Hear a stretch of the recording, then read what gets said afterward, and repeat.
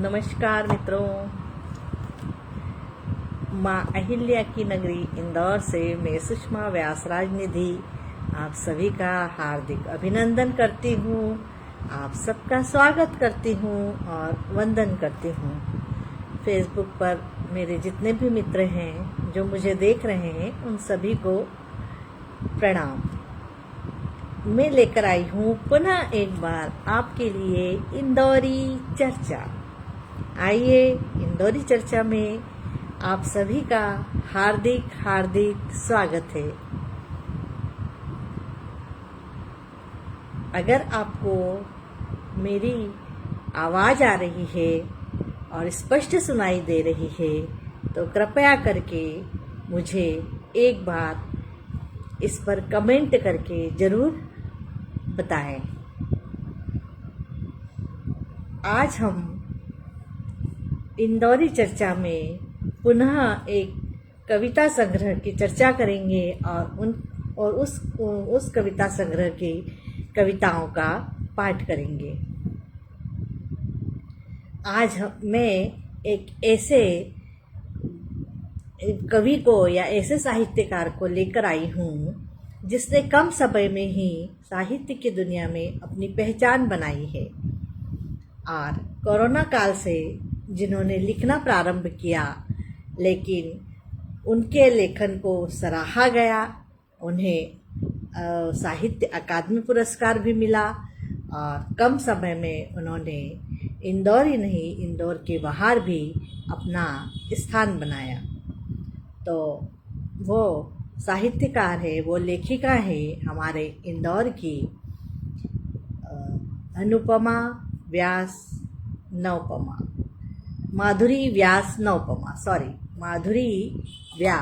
नवपमा।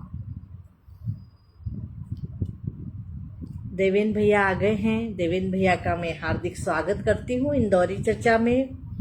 आदरणीय देवेंद्र भैया का हार्दिक हार्दिक स्वागत है।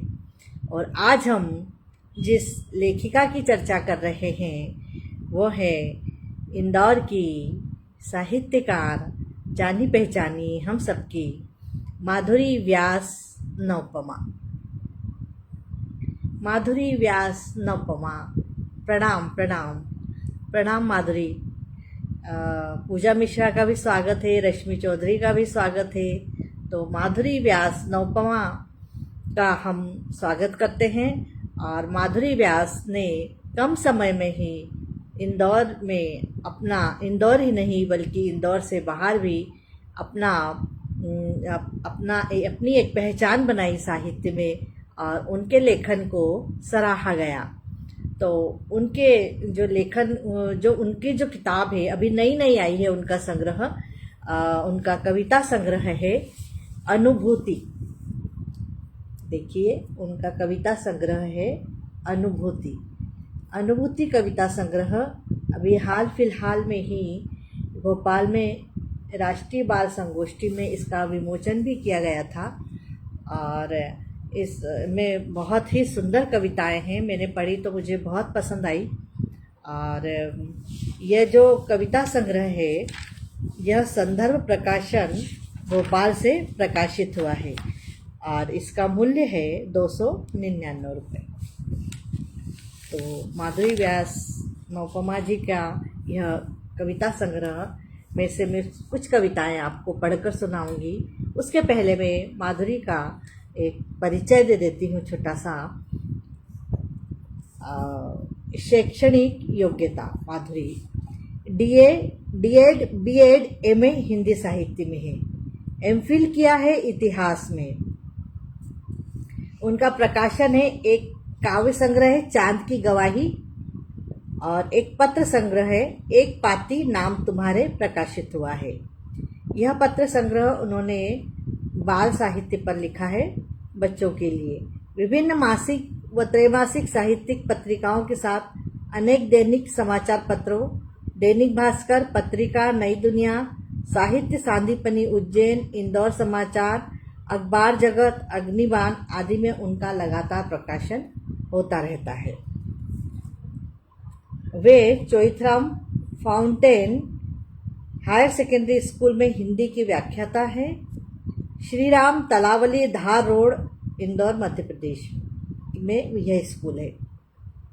और उनके सम्मान उन्हें कुछ मिले हैं, जो चोइथराम ह्यूमैनिटेरियन ट्रस्ट इंदौर द्वारा श्रेष्ठ शिक्षक का उनको सम्मान मिला है। Doctor SN. तिवारी स्मृति साहित्य सम्मान 2023 में मिला है। साहित्य अकादमी मध्य प्रदेश से एक पाती नाम तुम्हारे पत्र संग्रह पुस्तक पर बाल साहित्य का हरिकृष्ण देवसरे सम्मान 2023 में मिला है। तो यह प्रतिष्ठित सम्मान उन्हें मिल चुके हैं कम ही समय में, जबकि कोरोना काल से उन्होंने लिखना प्रारंभ किया था और इतनी ऊंचाई उन्होंने हासिल कर ली है। हमारी शुभकामनाएं हैं कि वह आगे भी इसी तरह लिखें और अनवरत उनके साहित्य जो वो करें और साहित्य रचना करें और इसे ही नाम कमाएं। तो उनकी यह जो कविता संग्रह है अनुभूति, इसमें से मैं आइए आपको कविताएं सुनाती हूँ। सर्वप्रथम तो उनके जो कविता संग्रह है उसमें प्रोफेसर डॉक्टर राजीव शर्मा जी जो अंतर्राष्ट्रीय कवि हैं, उन्होंने कुछ लाइनें कही हैं, वो मैं आपको सुनाना चाहूँगी। उन्होंने कहा है, आत्मानुभूति से उपजी है माधुरी की अनुभूति। आत्मानुभूति से उपजी है माधुरी की अनुभूति। बहुत सुंदर। संपूर्ण संग्रह में भाव पक्ष की प्रधानता है, किंतु कला पक्ष भी प्रबल है। अपने नाम के अनुरूप माधुरी ने अपनी अनुभूति में माधुर्य भर दिया है। काव्य संग्रह का विविध वर्णी व्यास अपरिमित है। आत्मानुभूति से उपजी माधुरी जी व्यास की काव्य अनुभूति कहीं कमनीय है तो कहीं नमनीय है। तो यह उनके जो काव्य संग्रह में भूमिका जो लिखी है वो है प्रोफेसर डॉक्टर राजीव शर्मा जी, अंतर्राष्ट्रीय कवि, और उन्होंने बहुत सुंदर जो इसमें लिखा है। और इसके साथ ही माधुरी व्यास जी के मैं कविताओं का पाठ करती हूँ। उसमें कुल जो है 82 कविताएं हैं और 82 कविताओं में कुछ कविताएं बहुत याद रखने लायक हैं, सुंदर कविताएं हैं। कुछ चतुर्थ विश्व युद्ध पर, राममय गणतंत्र पर, और मेघराज, पलाश, ए दर्द तेरा शुक्रिया, मन के माणी, खिड़कियाँ, आशा दीप्ति, कहा कुछ अनकहा, इस तरह जो है बहुत सारी उनकी जो अनुभूति में कविताएं वो इंद्रधनुष की मानिंद हर रंग समेटे हुए हैं। तो मैं सबसे प्रथम उनकी कविता ले रही हूँ, खिड़कियाँ। वो भी एक वक्त था जब खिड़कियाँ भी बोलती थी। वो भी एक वक्त था जब खिड़कियाँ भी बोलती थी। खुशबू खाने की पकवानों की, खुशबू खाने की पकवानों की अपनापन जब घोलती थी। दौड़े आते थे पड़ोसी बच्चे, काकी जब चौका खोलती थी। दौड़े आते थे पड़ोसी बच्चे, काकी जब चौका खोलती थी। रिश्ते खून के ना होते थे पर मन से मन को जोड़ती थी। रिश्ते खून के ना होते थे पर मन से मन को जोड़ती थी। वो भी वक्त था जब खिड़कियां भी बोलती थी। एक वो भी वक्त था जब खिड़कियां भी बोलती थी। आवाजें हंसने की रोने की, आवाजें हंसने की रोने की होले से सब कह देती थी। उमड़ पड़ते थे सब रिश्ते जब बेटियां पीहर में डोलती थी। उमड़ पड़ते थे सब रिश्ते जब बेटियां पीहर में डोलती थी। आसपास के दो घरों को जज्बातों से जोड़ती थी। आसपास के दो घरों को जज्बातों से जोड़ती थी। वो भी वक्त था जब खिड़कियां भी बोलती थी। एक वो भी वक्त था जब खिड़कियां भी बोलती थी। रौनक तीज की त्योहारों की, रौनक तीज की त्योहारों की जब गलियों चौबारों में होती। घर घर बतियाने लगते जब मुस्कान हर चेहरे पर बोलती थी। घर घर बतियाने लगते जब मुस्कान हर चेहरे पर बोलती थी। फुहारे हंसी के वो छोड़ती थी, दिलों में खुशियाँ घोलती थी। फुहारे हंसी के वो छोड़ती थी, दिलों में खुशियाँ घोलती थी। एक वो भी वक्त था जब खिड़कियाँ भी बोलती थी। एक वो भी वक्त था जब खिड़कियाँ भी बोलती थी। अब वह दिन कहाँ रहे जो, अब वो दिन कहाँ रहे जो दो घरों को फिर से जोड़ पाए। कीकर उगे हैं मन के भीतर, कीकर उगे हैं मन के भीतर, खिड़की कैसे खोली जाए। परायों में भी अपनों की सी मिश्री जो रहती घोलती थी। परायों में भी अपनों सी मिश्री जो रहती घोलती थी। एक वह भी वक्त था जब खिड़कियाँ भी बोलती थी। एक वह भी वक्त था जब खिड़कियाँ भी बोलती थी।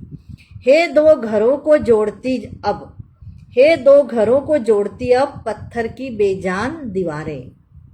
निस्वार्थ दिखे स्वार्थ भीतर, निस्वार्थ दिखे स्वार्थ भीतर, तब कहाँ सद्भाव विचारे। चुपके से भाव टोहती थी आजीवन जो मोहती थी।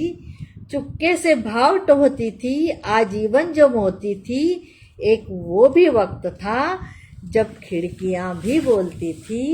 एक वो भी वक्त था जब खिड़कियाँ भी बोलती थी। बिल्कुल बहुत सुंदर कविता है और कविता संग्रह की दूसरी ही ये कविता है और मुझे बहुत ही पसंद आई। और उसमें ये बहुत है कि बेटियां उमड़ पड़ते थे सब रिश्ते जब बेटियां पीहर में डोलती थी, आसपास के दो घरों को जज्बातों से जोड़ती थी।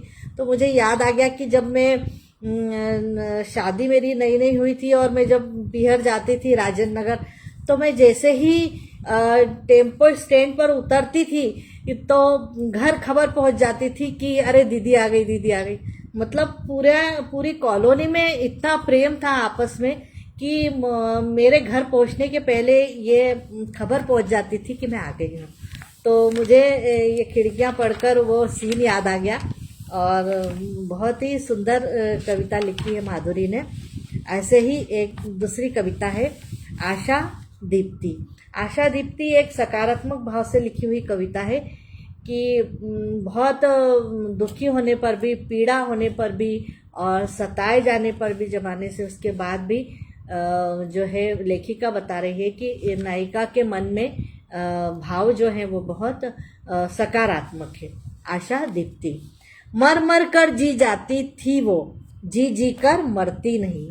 मर मर कर जी जाती थी वो, जी जी कर मरती नहीं। चोट पर चोट सहती रही वो टहनी मृत हुई नहीं। चोट पर चोट सहती रही वो टहनी मृत हुई नहीं। हौसलों की पतली सी शाख उसने कभी छोड़ी ही नहीं। हौसलों की पतली सी शाख उसने कभी छोड़ी ही नहीं। मर मर कर जी जाती थी वो, जी जी कर मरती नहीं। मर मर कर जी जाती थी वो, जी जी कर मरती नहीं। बूंद आशा की बहती रही, हर घाव को वो सहती रही। बूंद आशा की बहती रही, हर घाव को वो सहती ही रही। अंकुरण की छोटी सी दिशा उसने कभी ओझल की ही नहीं। अंकुरण की छोटी सी दिशा उसने कभी ओझल की ही नहीं।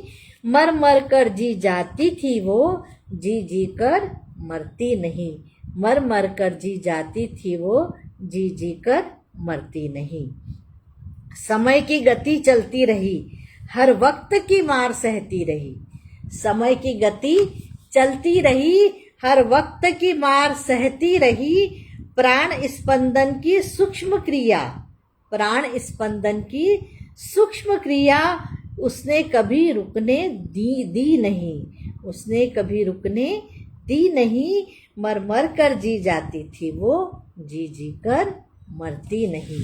मर मर कर जी जाती थी वो, जी जी कर मरती नहीं। नन्ही सी नव कोपल आती रही, तब परवाह मौसम की करती रही। नन्ही सी नव कोपल आती रही, तब परवाह मौसम की करती रही।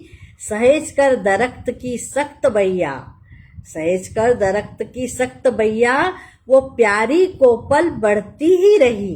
मर मर कर जी जाती थी वो, जी जी कर मरती नहीं। जगत में विपत्ति कभी भी चाहे खत्म हो या कभी नहीं, जगत में विपत्ति कभी भी चाहे खत्म हो या कभी नहीं। आशा दीप्ति धैर्य की ज्योति से जलकर कभी बुझती नहीं। आशा दीप्ति धैर्य की ज्योति से जलकर कभी बुझती नहीं। मर मर कर जी जाती थी वो, जी जी कर मरती नहीं। मर मर कर जी जाती थी वो, जी जी कर मरती नहीं। बहुत सुंदर, मतलब सकारात्मकता में भी सकारात्मकता दिख रही है कि शुरुआत ही है कि मर मर कर जी जाती थी वो, जी जी कर मरती नहीं। तो इंसान ने कभी जी जी कर तो मरना ही नहीं चाहिए कि मरते मरते जी रहे ना, तो मर मर कर जी जाती थी वो, कि वो मरती थी लेकिन वापस उठकर खड़ी हो जाती थी। तो बहुत बहुत ही बढ़िया और बहुत शिक्षाप्रद भी है।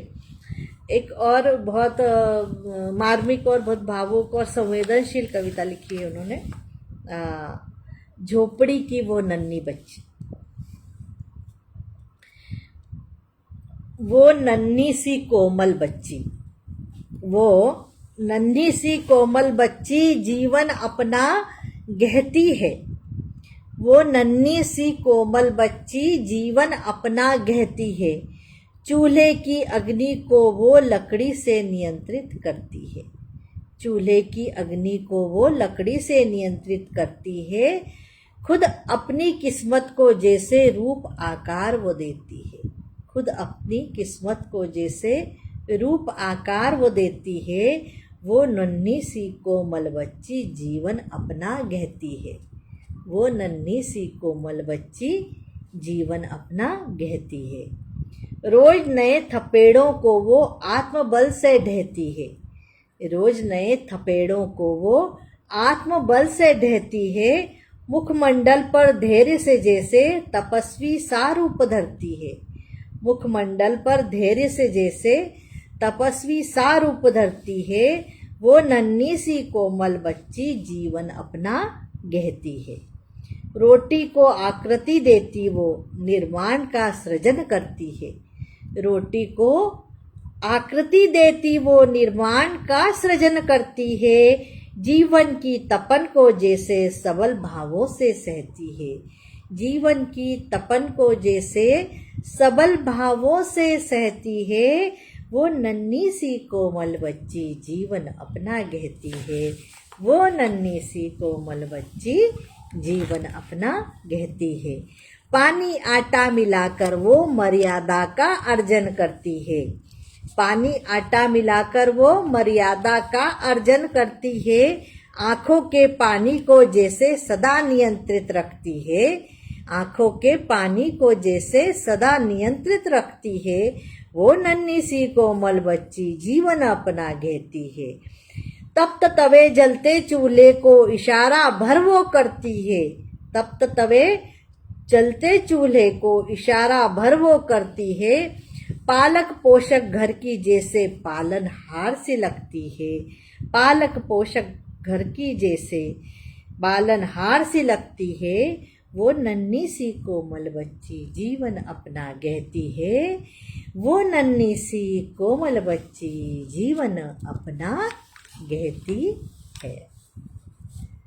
निश्चित रूप से बहुत मार्मिक कविता है और आपको भी भावुक कर गई होगी यह कविता।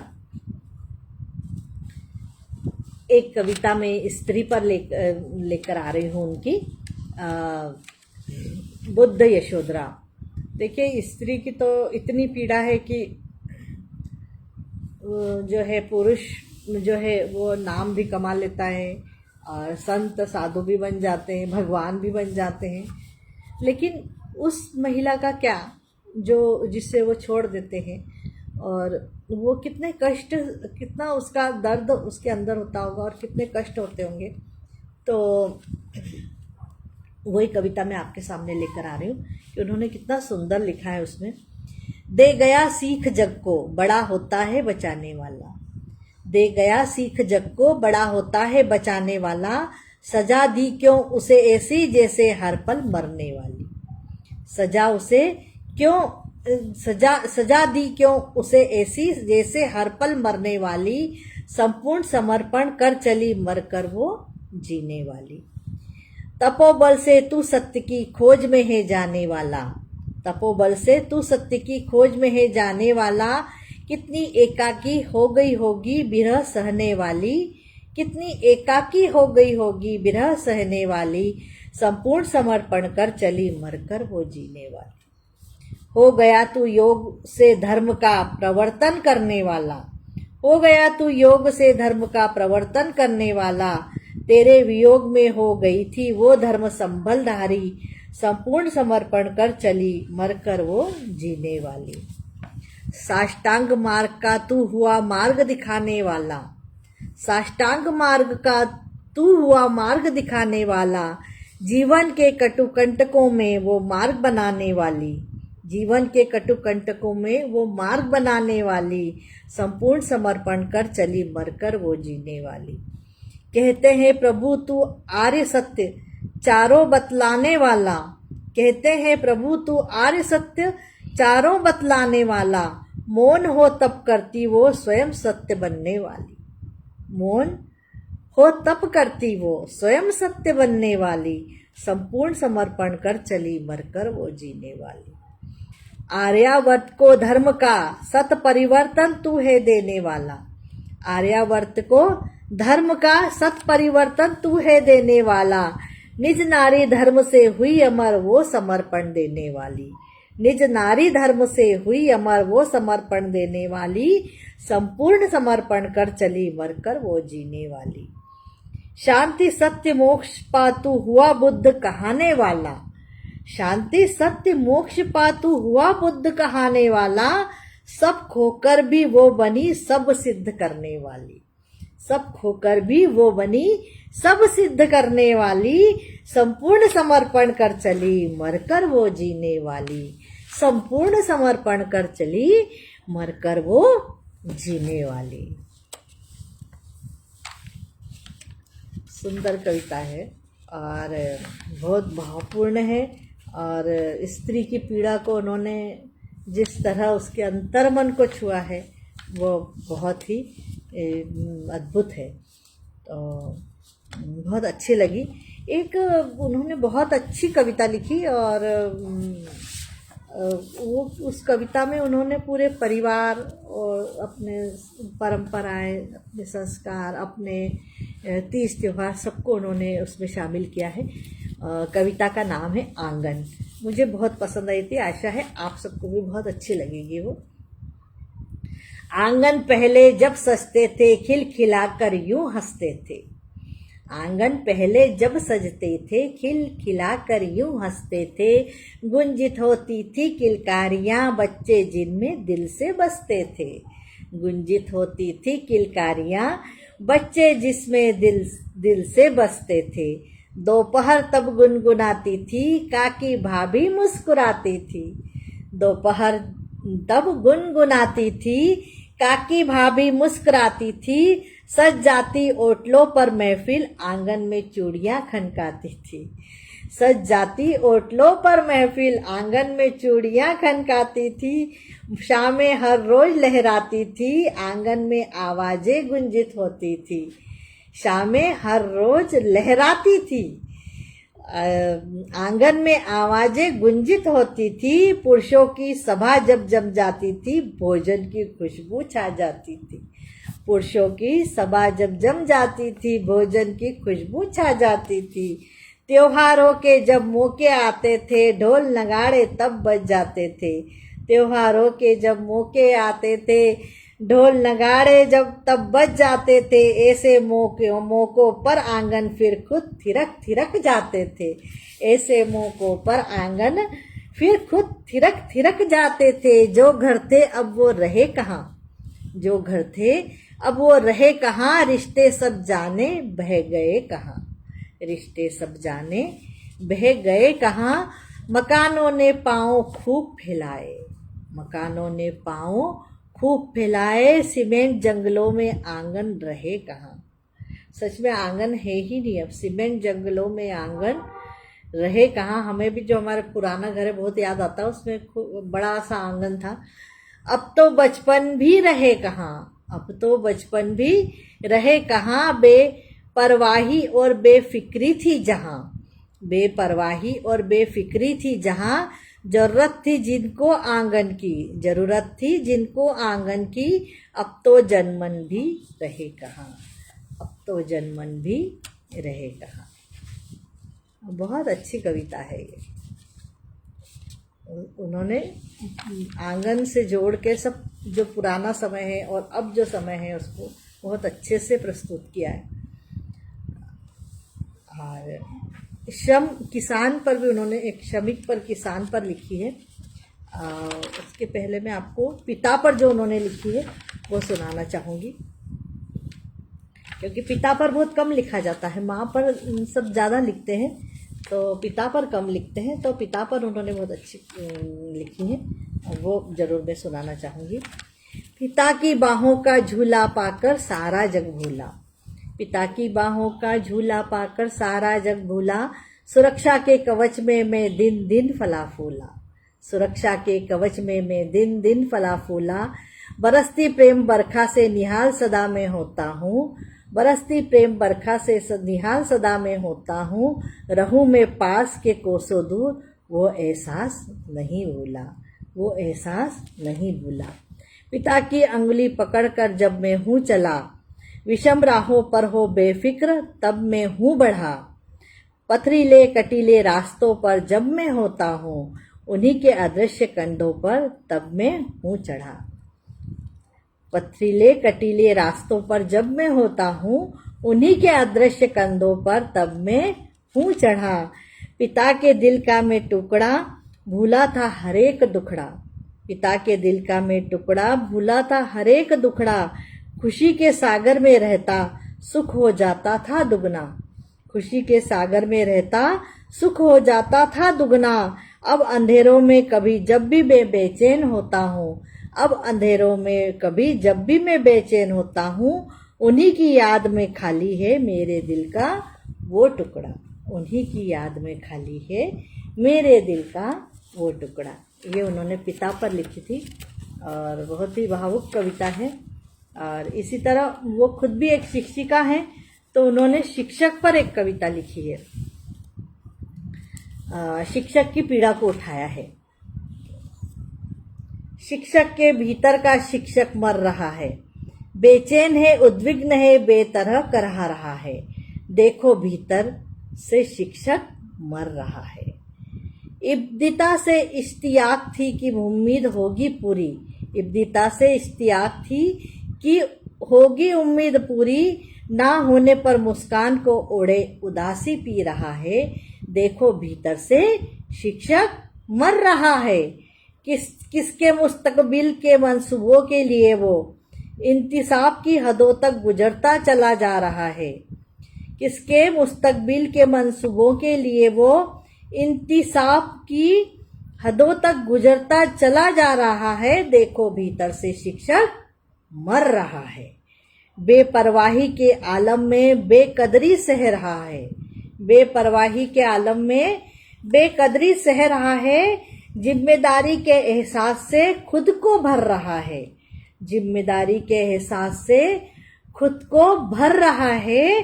देखो भीतर से शिक्षक मर रहा है। मुख्तसर जिंदगी में शागिर्दों की भलाई के लिए, मुख्तसर जिंदगी में शागिर्दों की भलाई के लिए कुव्वत ए रूहानी से वो दम भर रहा है। देखो वो हर बार जी उठता है, देखो वो हर बार जी उठता है। नहीं वो नहीं मर सकता है। मेरे भीतर का शिक्षक अब जी रहा है, मेरे भीतर का शिक्षक अब जी रहा है, मेरे भीतर का शिक्षक अब जी रहा है। बहुत अच्छी कविता है। शिक्षकों की पीड़ा को बहुत ही मतलब कहना चाहिए सूक्ष्मता से उन्होंने उठाने की कोशिश की है इसमें। एक और है पितरों की अभिलाषा। हमारे पितृ क्या कह रहे हैं ये, मेरा श्राद्ध जब भी तुमको हो करना, कोई दिखावा बिल्कुल मत करना। मेरा श्राद्ध जब भी तुमको हो करना, कोई दिखावा बिल्कुल मत करना। किसी भूखे बेसहारा लाचार को बस एक वक्त का भोजन दे देना। किसी भूखे बेसहारा लाचार को बस एक वक्त का भोजन दे देना। गरीब फटेहाल बेहाल का कपड़े से तन मन और श्रद्धा से सर ढक देना। गरीब फटेहाल बेहाल का कपड़े से तन मन और श्रद्धा से सर ढक देना। पढ़ने को लालायित मजबूर आंखों में भविष्य के सपने बुनने को मदद दे देना। अन्न वस्त्र विद्या का सदा गुप्त दान देना। अन्न वस्त्र विद्या का सदा गुप्त दान देना। वृद्धों को बच्चों को प्रेम प्रतिसाद देना। वृद्धाश्रम अनाथालयों को मुस्कान देना। वृद्धाश्रम अनाथालयों को मुस्कान देना। जीवित संपर्क हो इनको आशा से भर देना।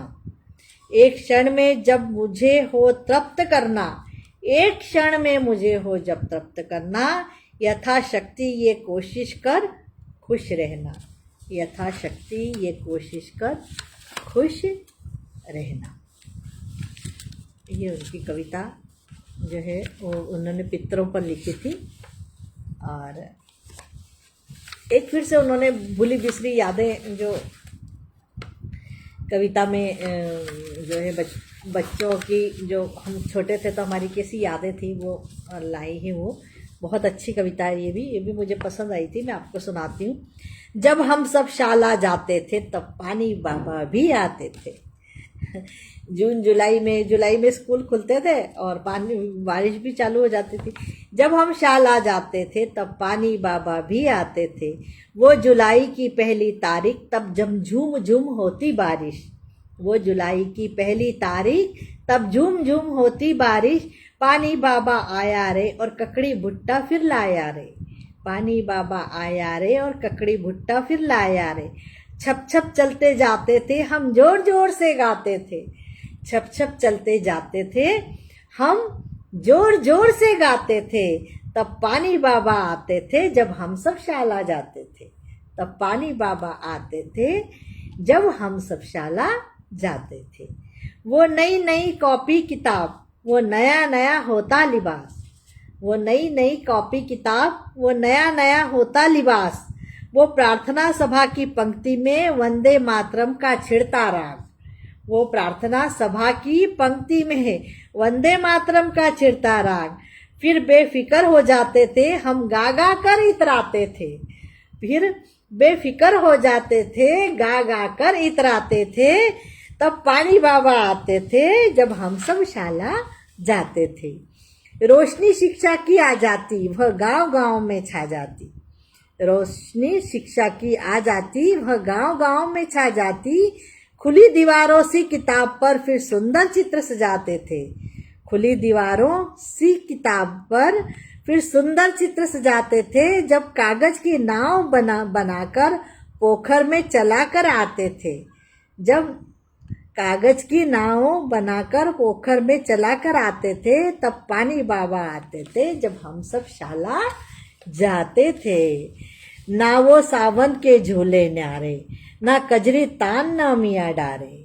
ना वो सावन के झूले न्यारे, न कजरी तान ना मियाँ डारे। बदल गए परिवेश पढ़ाई से, बदल गई सब शालाएं। बदल गए सब परिवेश पढ़ाई से, अब बदल गई सब शालाएं। खेल खेल में गुरुजी पढ़ाते थे। खेल खेल में गुरुजी पढ़ाते थे हम परिणाम ही कुशल पाते थे। तब पानी बाबा आते थे जब हम सब शाला जाते थे। तब पानी बाबा आते थे जब हम सब शाला जाते थे। बहुत सुंदर, बहुत ही बढ़िया। पढ़ने में मुझे भी मतलब आनंद आ रहा है। ऐसी कविता है। और एक कविता उन्होंने बहुत अच्छी लिखी, वेदना। वेदना कविता है, कृष्ण को समर्पित की है। हे प्रभु, एक दिन तुमको इस धरा पे आना पड़ेगा। हे प्रभु, एक दिन तुमको इस धरा पे आना पड़ेगा, कुछ क्षणों के लिए ही सही बांसुरी बजाना पड़ेगा। हे प्रभु, एक दिन तुमको इस धरा पे आना पड़ेगा, कुछ क्षणों के लिए सही बांसुरी बजाना पड़ेगा। मानवता की चित्कार में, आर्तनाद में, विलाप में, दुष्टों का दलन कर, देकर अपने वरद कर, शीश सहलाना पड़ेगा। हे प्रभु, एक दिन तुमको इस धरा पर आना पड़ेगा, कुछ क्षणों के लिए सही बांसुरी बजाना पड़ेगा, कुछ क्षणों के लिए सही बांसुरी बजाना पड़ेगा। हर तरफ हाहाकार में, पीड़ा में, पुकार में, हर तरफ हाहाकार में, पीड़ा में, पुकार में, संताप का मर्दन कर, तुमको शांति दूत बनकर दुख दर्द मिटाना पड़ेगा। संताप का मर्दन कर, तुमको शांति दूत बनकर दुख दर्द मिटाना पड़ेगा। हे प्रभु, एक दिन तुमको इस धरा पे आना पड़ेगा, कुछ क्षणों के लिए सही बांसुरी बजाना पड़ेगा, कुछ क्षणों के लिए सही बांसुरी बजाना पड़ेगा। इस धरा की पीड़ में, भय से उजड़े नीड़ में, इस धरा की पीड़ में, भय से उजड़े नीड़ में, आतंक का दमन कर, सुदर्शन को वक्र कर, आतंक का दमन कर, सुदर्शन को वक्र कर, देवत्व अपना दिखाना पड़ेगा।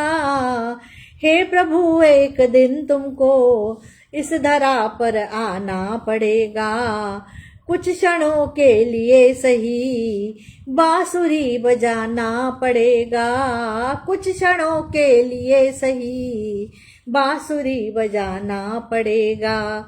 भवसागर की रीत में, भीति में, स्वार्थ प्रीति में, भवसागर की रीति में, भीति में, स्वार्थ प्रीति में, अनाचार का शमन कर, पंकज पर नीरज बन कर, अनाचार का शमन कर, पंख पर नीरज बन कर, भरोसा तो दिलाना पड़ेगा।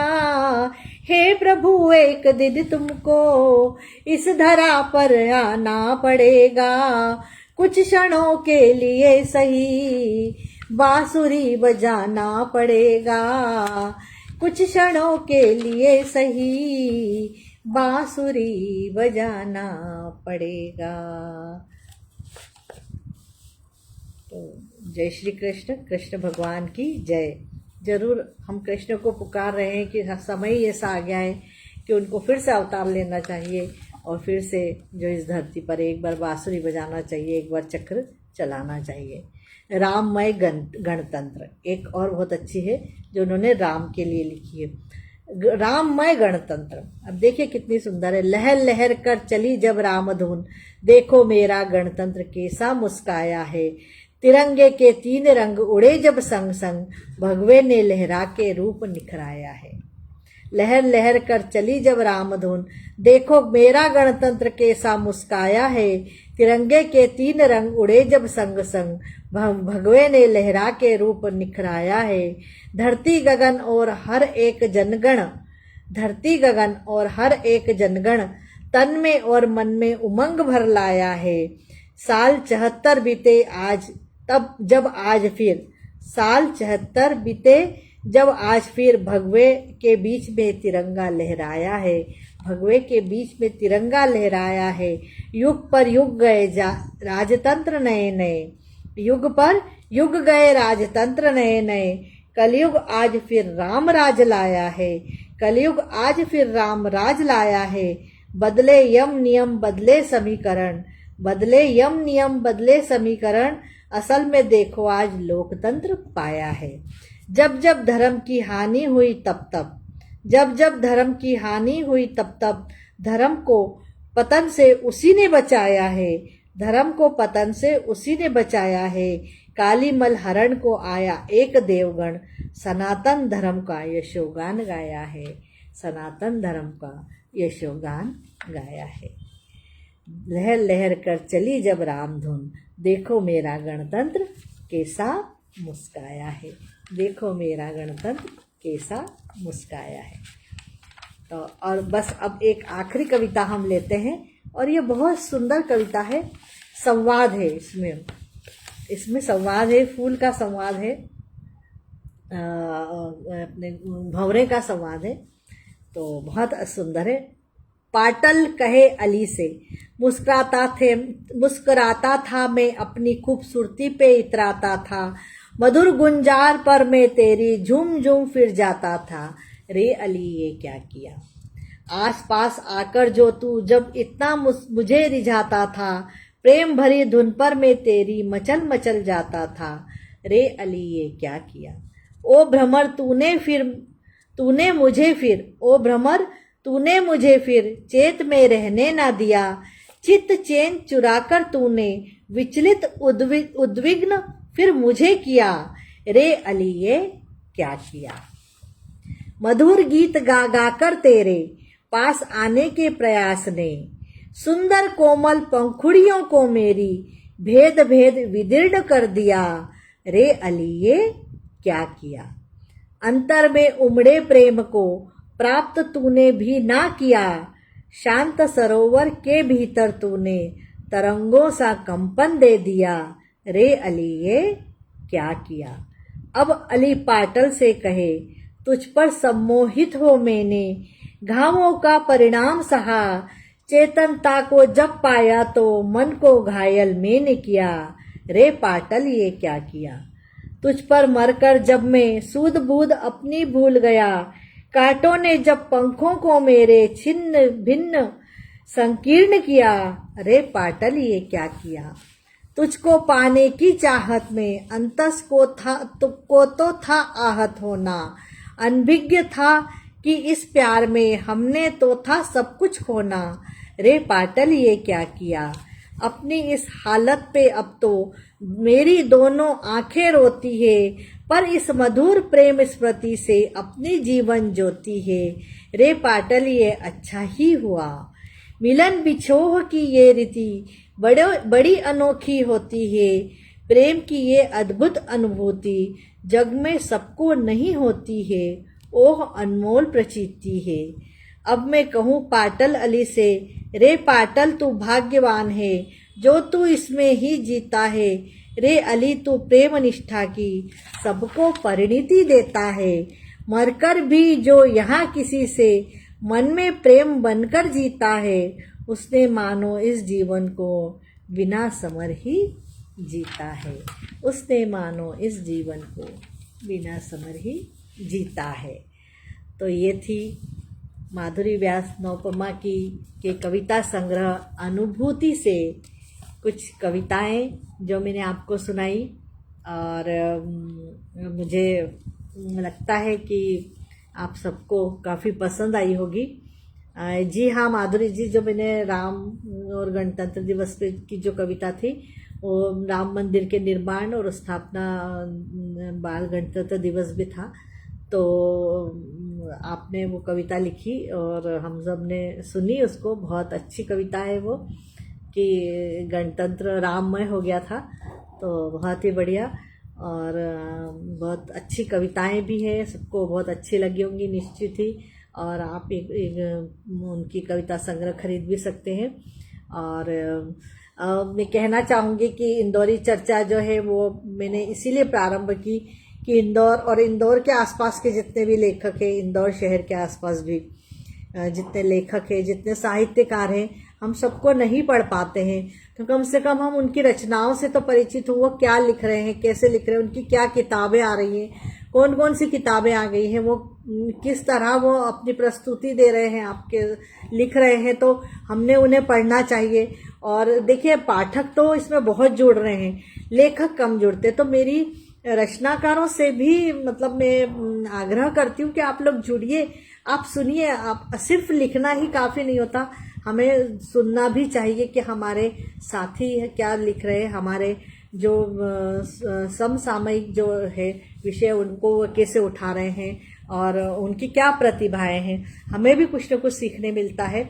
और इसीलिए मैंने ये प्रारंभ किया है, क्योंकि हमारे जो इंदौर शहर है और इंदौर शहर के आसपास के लेखक हैं उनसे हम परिचित हों, उनके नाम से परिचित हों, हमें कभी कभी मिले तो हमें याद आए, अरे हाँ हमने उनकी वो कविता सुनी थी, वो कविता पढ़ी थी। तो तभी हमारा साहित्य आगे बढ़ेगा।